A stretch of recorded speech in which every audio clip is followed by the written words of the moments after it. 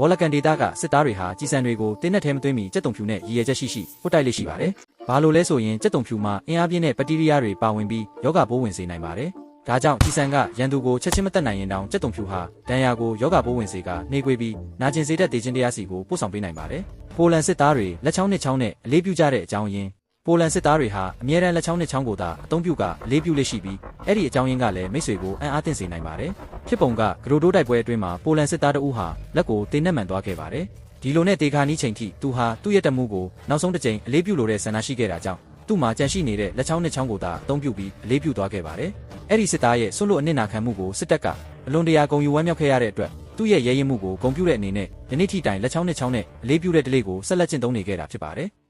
တကားအောက်မှာရှို့ဝက်ဓားသွားတက်ထားတဲ့ကားအဲ့ဒီကားကိုချိုးဖောက်ဝင်ဖို့စူးစမ်းမိရင်ကြီးမားတဲ့ဓားသွားတစ်ချောင်းထွက်လာပြီးမိတ်ဆွေခြေထောက်ကိုချက်ချင်းလိဖြတ်သွားနိုင်ပါတယ်။အဲ့ဒါကိုဘလိတ်ဒီဖန်နာလို့ခေါ်တဲ့ကားတစ်မျိုးဖြစ်ပြီးတောင်အာဖရိကမှာကားပြန်ပေးဆွဲမှုတွေနေရာတိုင်းမှာဖြစ်နေတဲ့ကာလတစ်ခုကတိစောက်ခဲ့တာဖြစ်ပါတယ်။တကားတစ်ဖက်စီရဲ့အောက်ခြေမှာတမနီးစပရုံနဲ့တက်ဆင်ထားတဲ့ဓားသွားတွေကိုဝက်ထားပြီးခလုတ်တစ်ခုနှိပ်လိုက်ုံနဲ့ဓားသွားဟာတနာရီမိုင်60ကျော်ချိန်နဲ့ထွက်လာပြီးလမ်းကြောင်းပေါ်မှာရှိတဲ့ဘယ်ရာကိုမဆိုဖျက်တောက်နိုင်ပါတယ်။ဒါပေမဲ့ဒီဂျန်စီဟာအရန်ရက်ဆက်လုံးတာကြောင့်လမ်းပေါ်မှာမောင်းနှင်ခွင့်မရမီကလေးကတားမြစ်ခံခဲ့ရပါတယ်